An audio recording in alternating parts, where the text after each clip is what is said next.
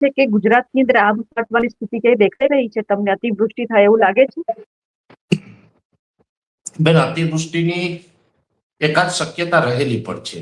આમ તો લગભગ મારું એક માનવું એ પણ છે કે 26 ઓગસ્ટ થી લઈને 6 સપ્ટેમ્બરનું જે સેશન હશે એમાં પણ કદાચ એકાદી અતિવૃષ્ટિ થશે, અને એ સિવાય પણ કોઈ એકાદ ટાઈમમાં બીજી થઈ શકે, એક અથવા તો એક હળવી બીજી પણ અતિવૃષ્ટિ થઈ શકે. એનું કારણ છે, જ્યારે સમુદ્રી તાપમાન ઊંચું જાય તો સ્વાભાવિક રીતે ત્યારે સિસ્ટમો સ્ટ્રોંગ બને. સ્ટ્રોંગ સિસ્ટમ હોય તો એ અતિવૃષ્ટિના રૂપમાં અસર કરે. હવે આ બધું સિસ્ટમનું કેવું હોય છે રિધિબેન, દરિયાની અંદર જે સિસ્ટમ બને છે એને જેટલું ઊંચું ટેમ્પરેચર હોય એટલી સિસ્ટમ વધારે મજબૂત બને. સિસ્ટમના 5 સ્ટેપ હોય છે, જેની અંદર સૌપ્રથમ યુએસએ એટલે કે અપર એર સાયક્લોન, એનું મૂળ સ્વરૂપ છે. ભેજ અને ટેમ્પરેચરને કારણે ત્યાં ડેવલપ થાય છે, કેમ કે વધારે તાપમાન હોય તો હવાઓ પાતળી થઈને ઉપર ઉઠે છે. આ એક વૈજ્ઞાનિક નિયમ છે. ત્યાં ભેજ હોય ત્યાં સિસ્ટમ બને છે. હવે આ જે સિસ્ટમ બને છે એ સિસ્ટમને ઊંચું તાપમાન મળે તો એ જે યુએસી છે એ પછી લો પ્રેશર બને. લો પ્રેશર ને ઊંચું તાપમાન મળે ને એ મજબૂત બને તો વેલમાર્ક લો પ્રેશર થાય. વેલમાર્ક લો પ્રેશર મજબૂત થાય તો ડિપ્રેશન થાય, અને ડિપ્રેશન ને ઊંચું તાપમાન અને ભેજ સતત મળે ને મજબૂત થાય તો ડિપ્રેશનમાંથી ડીપ ડિપ્રેશનમાં પરિવર્તિત થાય. અને ડીપ ડિપ્રેશન છે એ અતિવૃષ્ટિ લાવવા માટે ખૂબ સક્ષમ હોય. જે વિસ્તાર ઉપરથી ડીપ ડિપ્રેશન પસાર થાય ત્યાં ચોક્કસથી અતિવૃષ્ટિ થાય. અને અતિવૃષ્ટિ કોને કહેવામાં આવે? પહેલી વાત તો એ છે બેન. હવે અત્યારે શું થયું, હમણાં 2 દિવસથી આપણે જોઈએ છે કે દક્ષિણ ગુજરાતમાં જે વરસાદ પડી રહ્યો છે, સુરતની અંદર કહી શકાય કે 2-4 ઇંચ વરસાદની અંદર સિટીમાં પાણી ભરાઈ ગયું, શહેરોમાં પાણી ભરાઈ ગયું, જળબંબાકારની સ્થિતિ જોવા મળી. એ નેચરલ નથી, અનનેચરલ છે. અનનેચરલ એટલા માટે કે હવે જે આપણી જમીનની ક્ષમતા છે પાણી નિકાલની, એના કરતા આપણે એની વિરુદ્ધ આખું કન્સ્ટ્રક્શન કર્યું છે. જે રોડ રસ્તા ડેવલપ કર્યા, બિલ્ડિંગો બનાવ્યા છે, ગટર વ્યવસ્થાઓ કરી છે, એ જે આપણે બનાવેલી જે સિસ્ટમ છે, માણસ દ્વારા નિર્મિત થયેલી સિસ્ટમ, એ અનનેચરલ કહેવાય. અને એ જે સિસ્ટમ છે આપણે એમને સમજી નથી શક્યા, એન્જિનિયરો આ વસ્તુને નથી સમજી શક્યા, વિજ્ઞાન નથી સમજી શક્યું, એટલે એ પ્રકારનું એને કન્સ્ટ્રક્શન કરી નાખ્યું. એટલે સુરત હોય કે અમદાવાદ હોય, થોડોક વરસાદ પડે ને પાણી ભરાઈ જાય, વાહન ચાલકોને બધાને તકલીફ પડે, જનજીવન અસ્તવ્યસ્ત થાય. એનું કારણ શું? તો કે આપણું ડેવલપિંગ ખોટું છે. હવે જે આપણી વરસાદને અતિવૃષ્ટિની કેટેગરી શું કહેવાય?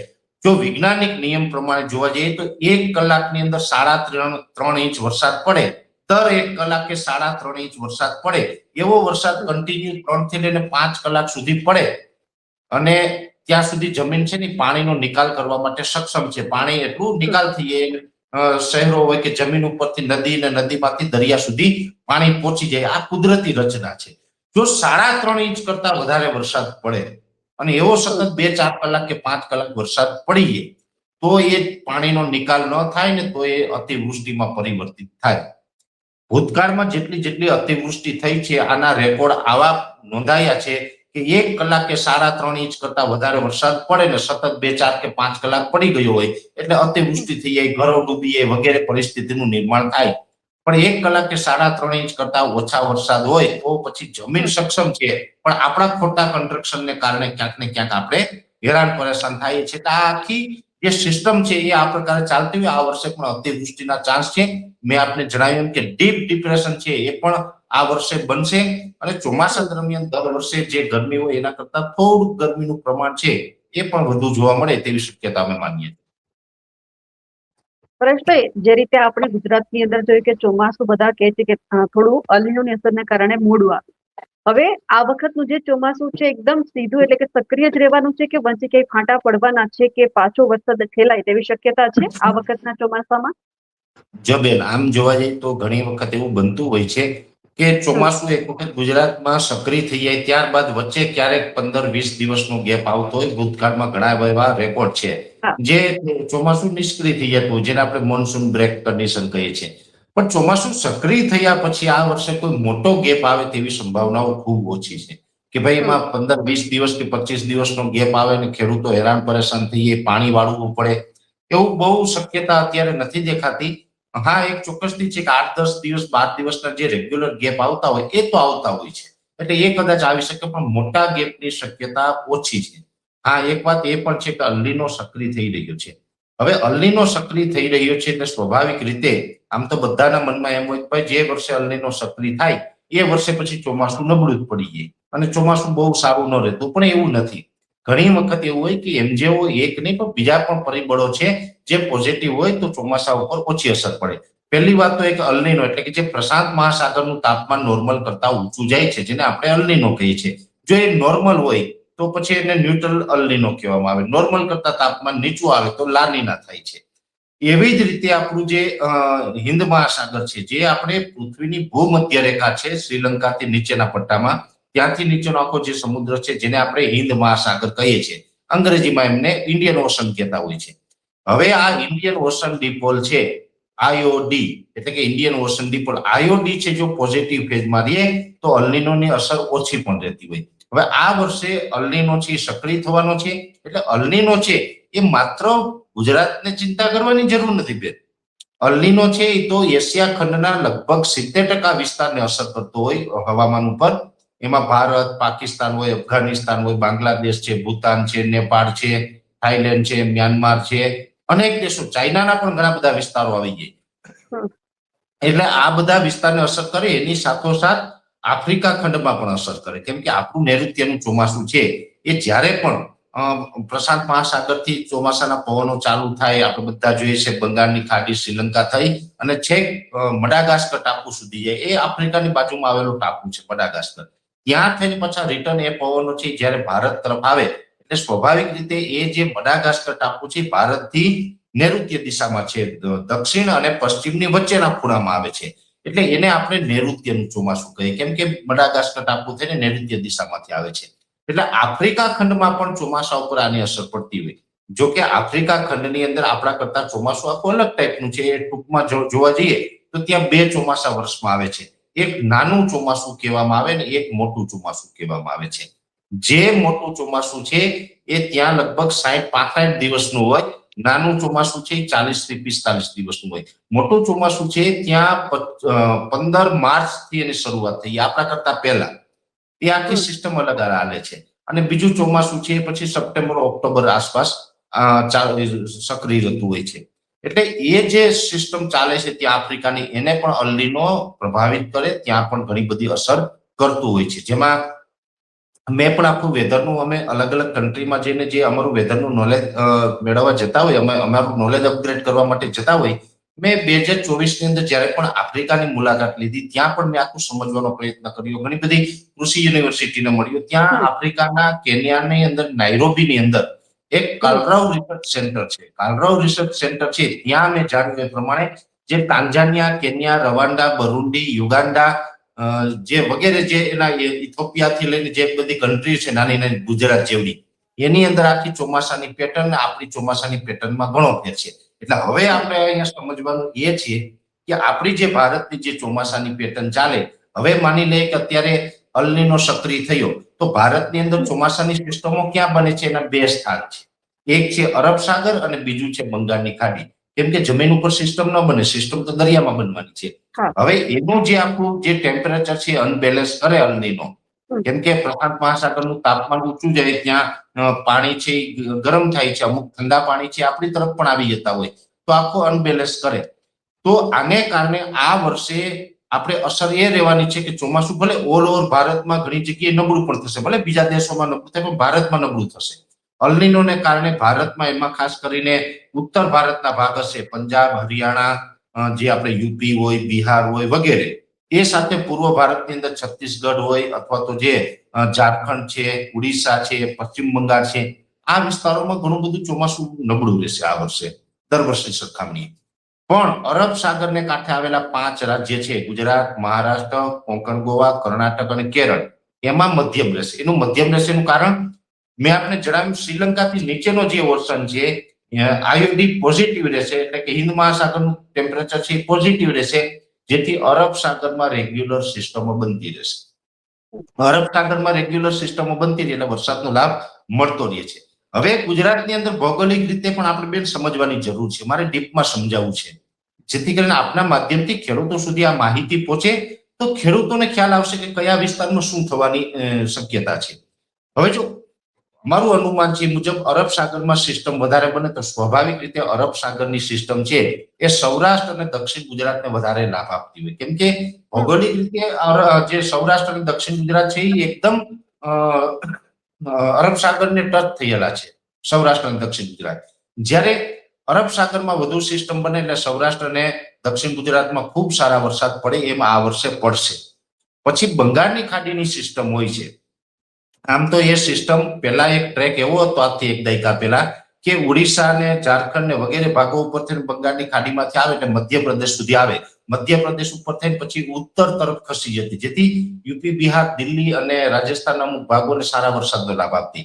એક દાયકાથી જે આખું વેધર સાયકલ આપણી ખોરવાય છે અને એનો સિસ્ટમનો ટ્રેક ચેન્જ થયો છે, જેને કારણે મધ્યપ્રદેશથી ઉત્તર તરફ સિસ્ટમો ખસતી હતી, એ હવે ગુજરાત ઉપરથી પસાર થાય. એટલે હવે શું થાય, બંગાળની ખાડીની સિસ્ટમો છે એને કારણે ઉત્તર ગુજરાતના ભાગો હોય, જેમાં બનાસકાંઠા, વાવ-થરાદ હોય, પાટણ, મહેસાણા વગેરે વિસ્તાર, એમાં પણ સારા વરસાદ પડે અને કચ્છમાં પણ સારા વરસાદ પડતા થયા છે. જો કચ્છમાં પેલા જે વરસાદ પડતા હતા એના કરતા હવે વરસાદ સારા પડે છે, એનું કારણ કે સિસ્ટમના ટ્રેક ચેન્જ થયા છે.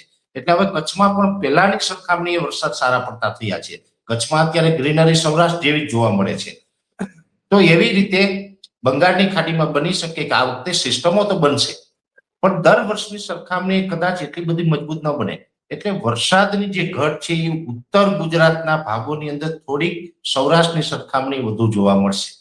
એટલે ઉત્તર ગુજરાતમાં સાવ નબળું નથી થવાનું બેન, એટલે એમાં ક્યાંય આ વાતથી કોઈ પેનિક થવાની જરૂર નથી, ચિંતા કરવાની જરૂર નથી. પણ દર વર્ષની સરખામણી ઉત્તર ગુજરાત અને મધ્ય ગુજરાતના અમુક ભાગો છે, અમદાવાદ હોય, વિરમગામ છે, આણંદ, નડિયાદ, ખેડાવાળો પટ્ટો છે, આ પટ્ટાની અંદર સાથે અરવલ્લી થી લઈ જે કઈ સાબરકાંઠા, બનાસકાંઠા ને એ વિસ્તાર, એમાં વરસાદની ટકાવારી ઘણી બધી ઘટશે. કેમ કે બંગાળની ખાડીની અંદર સિસ્ટમો ઓછી બને, તો પછી ત્યાં થોડું વરસાદનું પ્રમાણ પણ ઓછું રહે. સાવ નબળું નહીં થાય, પણ દર વર્ષની સરખામણી એ વિસ્તારમાં થોડુંક વરસાદનું પ્રમાણ ઓછું રહેશે. એટલે બેન, ખાસ કરીને ઓલ ઓવર ગુજરાતમાં ટેકનિકલ જે રીતે આખું ચોમાસું કામ કરે છે એ વાત મેં આપના સુધી પહોંચાડવાનો આ પ્રયત્ન કર્યો. આપણે આશા રાખીએ કે બધાને સારું થાય, બહુ વાંધો ના આવે, કુદરતની કૃપા બધા ઉપર રહે, જેથી કરીને ખેડૂતો છે એ ક્યાંક સારું ઉત્પાદન લાવી શકે. અને ખેડૂત સારું ઉત્પાદન લાવશે તો ખેડૂતને તો ફાયદો થશે, પણ ખેડૂત કરતા દેશની ઇકોનોમીને વધારે ફાયદો થશે, આવું મારું માનવું છે. 27 તારીખથી જે રાઉન્ડ ચાલુ થવા જઈ રહ્યો છે બેન, એ રાઉન્ડ 3 અથવા તો 4 જુલાઈ સુધી ચાલશે. આ લાંબો રાઉન્ડ હશે. આ રાઉન્ડની અંદર લગભગ બધા જ જિલ્લાઓને સારો વાવણી લાયક વરસાદનો લાભ મળી જશે. અને 27 થી 3 જુલાઈ સુધીમાં પણ જો સાર્વત્રિક વાવણીનો લાભ મળે તો એમાં કશું જ ખોટું નથી, બહુ મોડું ના કહેવાય મારી દ્રષ્ટિએ. હું એક કહી શકાય કે કૃષિ એક્સપર્ટ તરીકે પણ ઘણી બધી માહિતી આપતો હોય પાક અને રોગ જીવાતની, તો મને ખ્યાલ છે કે આ સમયમાં પણ વાવણી થાય તો મોડું ન કહેવાય. એમ આ રાઉન્ડ છે એમાં અત્યારે જે અલગ અલગ મોડેલ બતાવી રહ્યા છે તેમાં મોટા ભાગે મેં જણાવ્યું એમ 27 થી 3-4 જુલાઈ સુધીમાં બધે જ વાવણી થઈ જવાની છે. એમાં પણ ખાસ કરીને 30 જૂન આવશે, તો 30 જૂન આવતા તો સૌરાષ્ટ્રના લગભગ વિસ્તાર, દક્ષિણ ગુજરાતના લગભગ તમામ વિસ્તાર અને મધ્ય ગુજરાતના મોટા ભાગના વિસ્તાર, મધ્યપ્રદેશ બોર્ડરના વિસ્તાર, તમામ વિસ્તારની અંદર વાવણી લાયક વરસાદ પડવાનો છે. કદાચ 30 જૂન સુધીમાં બાકાત્રી કચ્છના અમુક વિસ્તાર અને ઉત્તર ગુજરાતના અમુક વિસ્તાર બાકાત્રી 30 જૂન સુધીમાં, પણ એને પણ 1 જુલાઈ થી લઈ અને 4-5 જુલાઈ સુધીમાં એમનો પણ સારો વારો આવી જશે ને એમને પણ સારા વરસાદ પડી જશે. એટલે ઓલ ઓવર જોવા જઈએ તો આ સેશન, જે 2 સેશન હતા, 2 સેશનમાં 15 જૂન પછીથી જે છૂટાછવાયો વરસાદ હતો એ પડ્યો, 25 જૂન સુધીમાં જે પડવાનો હતો એમાં અમુક જગ્યાએ પડ્યો, અમુક નથી પડ્યો. પણ હવે 27 જૂન થી લઈને 3 જુલાઈ સુધીનું સેશન છે, એમાં સેટેલાઇટ અને બધા જ મોડેલો અત્યારે પોઝિટિવ છે, એટલે બધા જ ને વરસાદ થઈ જશે. ક્યાંય કોઈ ચિંતા કરવા જેવું હાલ મને દેખાતું નથી. હવે એ પછી સામાન્ય રીતે જોવા જઈએ તો અમે વાર્ષિક અનુમાન પણ આપતા હોય. આપની ચેનલ નિર્ભય ન્યૂઝના માધ્યમથી પણ હું અનેક વખત એ વાત કરી ચૂક્યો છું કે છેલ્લા 4-5 વર્ષથી આપણે જોવા જઈએ તો લગભગ 100% થી લઈ એટલે કે 100% થી લઈને 125-30% સુધી વરસાદ નોંધાય છે છેલ્લા 4-5 વર્ષથી. એમાં ગયા વર્ષે 109% વરસાદ નોંધાયો હતો. એટલે જે 4-5 વર્ષથી જે ઓવર વરસાદ પડે, 100% કરતા ઉપર વરસાદ પડે છે, એટલા બધા વરસાદ છે આ વર્ષે નહીં જોવા મળે. એ તો અમે ઘણા ટાઈમથી કહી રહ્યા છીએ.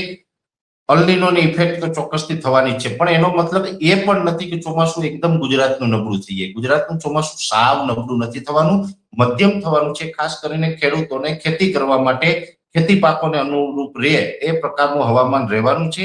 એટલે ચોમાસા દરમિયાન વરસાદ પણ સારા પડશે, પણ જે ગયા વર્ષે 109% વરસાદ હતો એમની જગ્યાએ બની શકે કે આ વર્ષે 90 થી લઈને 92-93% એટલે કે 93% સુધી વરસાદ જોવા મળશે. એટલે સ્વાભાવિક રીતે 15-17% વરસાદની ઘટ છે એ ગયા વર્ષની સરખામણી આ વર્ષે જોવા મળશે. અને એ ઘટ પણ અમે જણાવ્યું હતું કે જૂન અને જુલાઈમાં જોવા મળશે. તો અત્યારે આપણે જૂનમાં તો બધાને ખબર જ છે, આપણે ઘટ અત્યારે અનુભવી રહ્યા છે. દર વર્ષે જે જૂન મહિનામાં વરસાદ હોય એટલા વરસાદ આ જૂન મહિનામાં એટલે કે 2026માં નથી જોવા મળ્યા. પણ હા, 30 જૂન સુધીમાં વરસાદ સારા પડવાની શક્યતાઓ છે અને જુલાઈમાં પણ એવરેજ સારા વરસાદ પડતા રહેશે. જુલાઈમાં એક વરસાદ સારો પણ થશે કે જેમાં નોર્મલ કરતા સારું પરફોર્મન્સ બતાવે, પણ એવરેજ જુલાઈમાં દર વર્ષે જે જુલાઈમાં હોય એટલા વરસાદ તો કદાચ ન જોવા મળે. પણ ઓગસ્ટમાં, એમાં પણ ખાસ કરીને ઓગસ્ટની 15 તારીખથી લઈ અને 31 ઓગસ્ટ અને સપ્ટેમ્બર મહિનો, એની અંદર તો ખૂબ સારું પરફોર્મન્સ પણ ચોમાસાનું જોવા મળશે. અને ખાસ કરીને જોવા જઈએ તો કુવા બોરમાં નવા પાણી આવી જાય, ડેમો બધા છલકાઈ જાય અને એકંદરે ચોમાસું પાક તો ખેડૂતો લઈ શકે, સાથે સાથે શિયાળુ પાક પણ વ્યવસ્થિત કરી શકે એ પ્રકારની પાણીની વ્યવસ્થા થઈ જશે. એટલે ઇન શોર્ટ બેન, આખું જે વર્ષનું જે ચિતાર છે, જે તારણ છે, એ મેં ટૂંકમાં આપના માધ્યમથી ખેડૂતો સુધી વાત પહોંચાડવાનો પ્રયત્ન કર્યો છે. આ પ્રકારનું આખું વર્ષ છે એ રહેવાનું છે. કોઈ સિસ્ટમ સક્રિય થઈ છે ગુજરાતની આજુબાજુ? અત્યારે જોવા જઈએ તો એક પ્રકારે અસ્થિરતા છે, સાયક્લોનિક સર્ક્યુલેશન છે, જેને કારણે અત્યારે ચોમાસું આગળ પણ વધી રહ્યું છે. હવે જુલાઈ મહિનાનું જે પ્રથમ સેશન હશે એમાં એક મજબૂત સિસ્ટમ પણ આવશે. એટલે કે લગભગ 5 થી લઈને 10 જુલાઈ સુધીનું સેશન હશે, એમાં એક મજબૂત સિસ્ટમ પણ આવવાની શક્યતા છે. અલગ અલગ મોડેલો બતાવી રહ્યા છે અને એમાં કદાચ સામાન્ય કરતા વધારે એટલે ભારે વરસાદની પણ શક્યતા છે અને અનેક જગ્યાએ ભારેથી અતિ ભારે વરસાદ પડી તેવી પણ શક્યતા 5 થી 10 જુલાઈમાં છે. પણ અત્યારે કોઈ મજબૂત સિસ્ટમ નથી. અત્યારે જે સિસ્ટમ છે એક પ્રકારે સાયક્લોનિક સર્ક્યુલેશનના ભાગરૂપે કે જે રીતે અરબ સાગર સક્રિય થયું છે અને અરબ સાગરનો કરંટ છે, એ કરંટના હિસાબે અત્યારે વરસાદ પણ પડી રહ્યા છે, ચોમાસું આગળ વધી રહ્યું છે. જો મજબૂત સિસ્ટમ હોય બેન તો 30 તારીખ સુધીમાં ભારેથી અતિ ભારે વરસાદ પડવો જોઈએ, પણ મજબૂત સિસ્ટમ અત્યારે નથી. એ બધી કહી શકાય કે વીક સાયક્લોનિક સર્ક્યુલેશન ટાઈપની સિસ્ટમો છે અને એને કારણે વરસાદ છે 30 તારીખ સુધી આપણે યથાવત રહેશે.